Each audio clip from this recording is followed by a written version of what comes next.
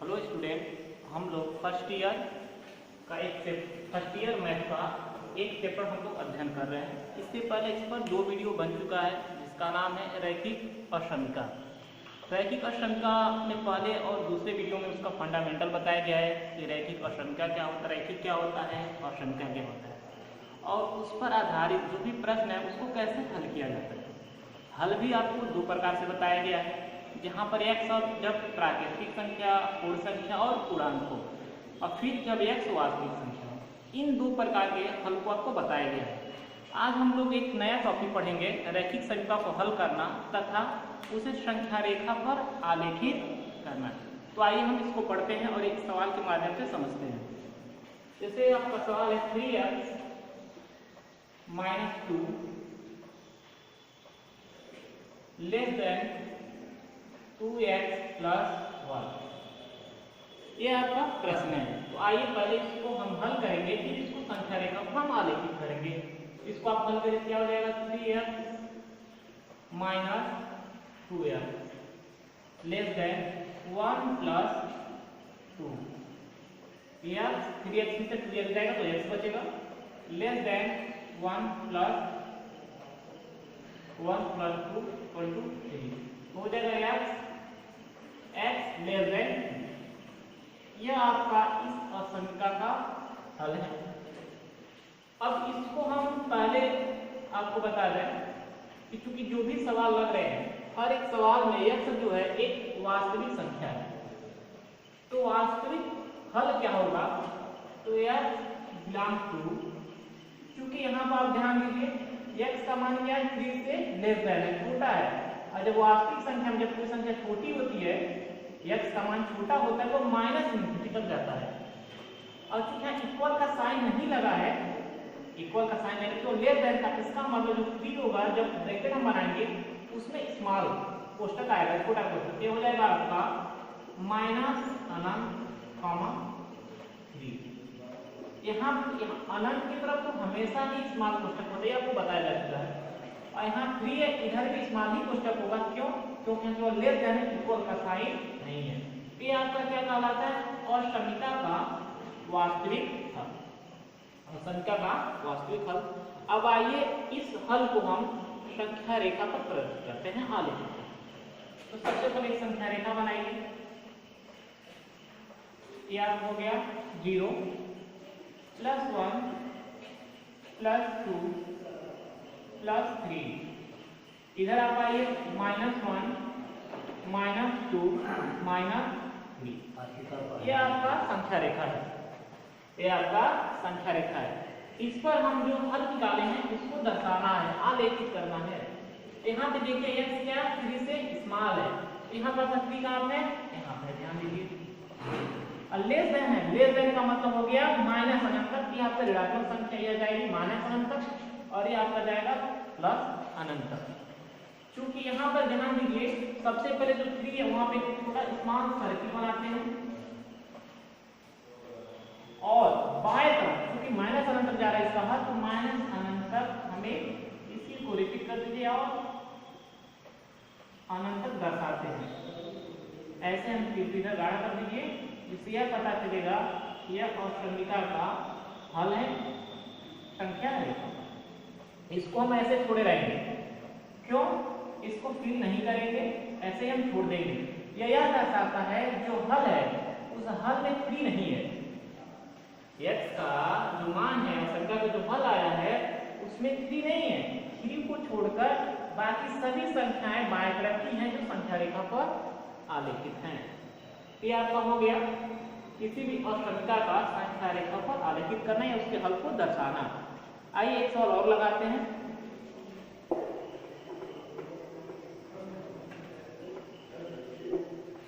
सवाल है आपका x/2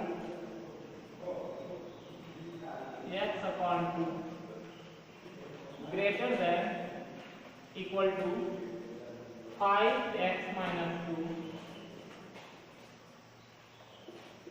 upon 3 minus 7x - 3 upon 5। यह आपका असमीका है। इस असमीका को क्या करें, सबसे पहले हम हल करते हैं। हल करने के बाद जो भी वैल्यू आएगा, ठीक है, उसको हम संख्या रेखा पर आलेखित करें। तो आइए पहले इसको हल किया जाए। x/2 पहले दाएं पक्ष को आपस में हल कर दीजिए। क्या है, क्रॉस मल्टीप्लिकेशन करिए, क्या हो जाएगा 5 का 5x से मल्टीप्लाई करेंगे तो 25x माइनस 5 का 2 में मल्टीप्लाई करेंगे तो हो जाएगा आपका 10। या कोष्टक हटा दीजिए, इससे थोड़ी सही, या बीच में माइनस है, ये कोष्टक में रहने दीजिए। इसका इसे मल्टीप्लाई करिए, क्या हो जाएगा 21x माइनस 9। अब इनका आपस में हम मल्टीप्लाई कर देंगे, क्या हो जाएगा 50। आइए इसको हल करते हैं। x/2 greater than equal to 25x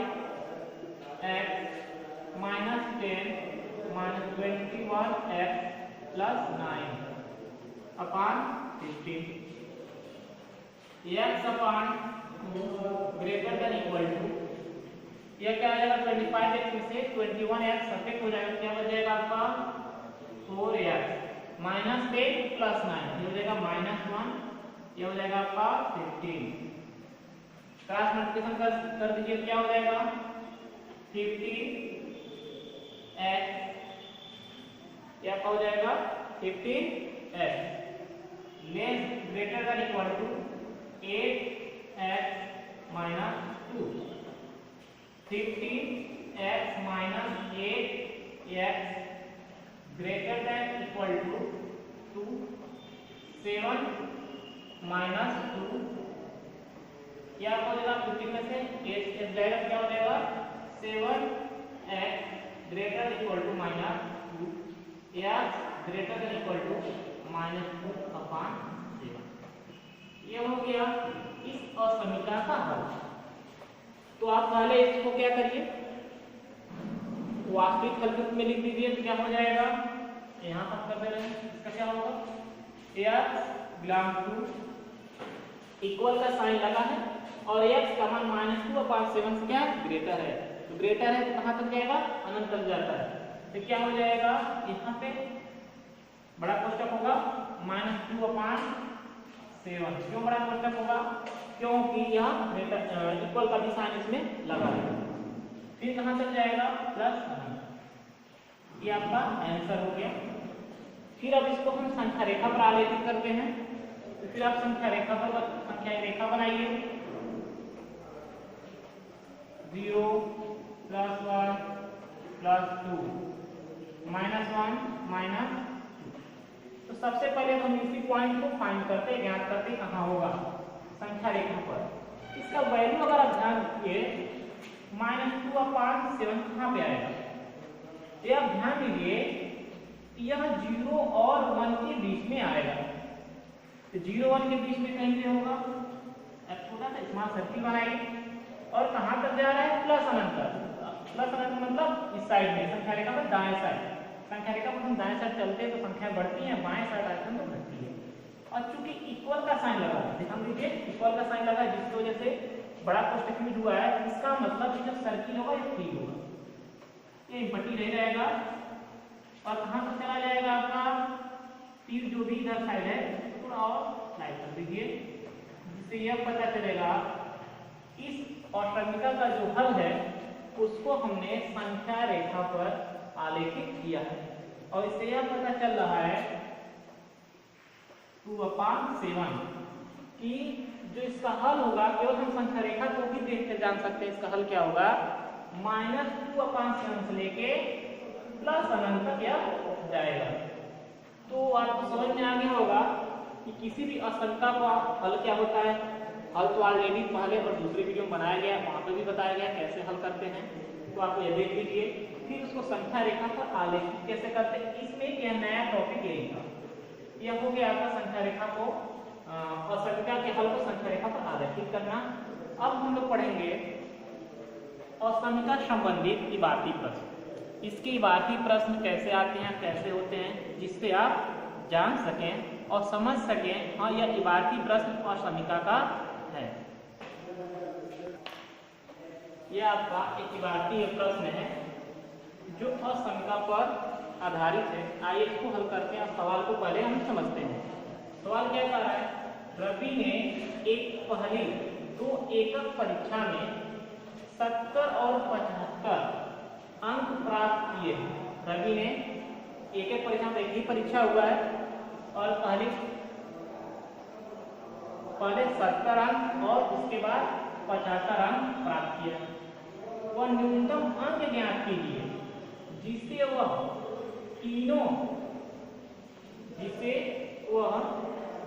तीसरी एकक परीक्षा में पाकर 60 अंक का न्यूनतम औसत प्राप्त कर सके। तो कहने का मतलब है, सवाल कह रहा है रवि ने 3 परीक्षा दिया है और पहले और दूसरे परीक्षा में जो अंक पाया है उसको बताया गया है। वो अंक है 70 और 75। फिर कह रहे तो बताइए वो तीसरी परीक्षा में कितना अंक प्राप्त करे जिससे उसका जो औसत अंक है, तीनों विषयों का, तीनों परीक्षाओं का जो औसत अंक है न्यूनतम 60 है। यही आपको ध्यान देना है। 60 अंक क्या होना चाहिए, न्यूनतम औसत। आपको यही ध्यान देना है क्योंकि इसी की वजह से यह सवाल असंख्या का हो जाता है। इसका मतलब यह न्यूनतम का अंक कितना होना चाहिए, औसत कितना होना चाहिए, 60 आना चाहिए कम से कम। उससे अधिक आए तो कोई बात नहीं, उसका जो औसत आना चाहिए तीनों परीक्षाओं में जो भी नंबर पा रहा है उसका कम से कम न्यूनतम 60 होना चाहिए। अधिकतम 60 से अधिक हो सकता है तब भी कोई बात नहीं है। इसका मतलब तीसरी परीक्षा में हमें नहीं पता है कितना अंक पाया है, उसको हम क्या करेंगे, माना रवि तीसरी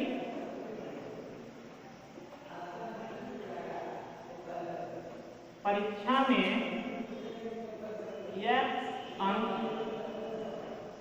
प्राप्त किया।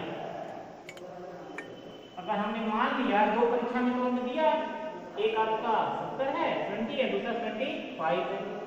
हम तीसरी परीक्षा में क्या हुआ, मान लिया रवि कितना अंक प्राप्त किया, x अंक प्राप्त किया। तो प्रश्नानुसार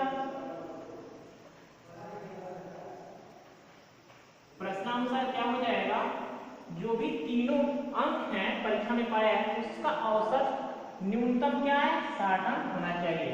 तो औसत आप जानते हैं, किसी भी संख्या का जब औसत निकालते हैं, 2 संख्या हो, 3 हो या 4 हो, हम क्या करते हैं, सबको ऐड कर देते हैं और जितनी संख्या होती है उससे डिवाइड कर देते हैं। तो यहाँ पे कितने अंक हैं, 70, 75 और तीसरा का ये आपका हो गया 70 प्लस 75 प्लस x, 1 2 3 नंबर से इसको डिवाइड कर देंगे हम। अब इसका न्यूनतम औसत क्या है, 60। बस समझिए, यही औसत निकाला गया है, औसत निकालने का तरीका है।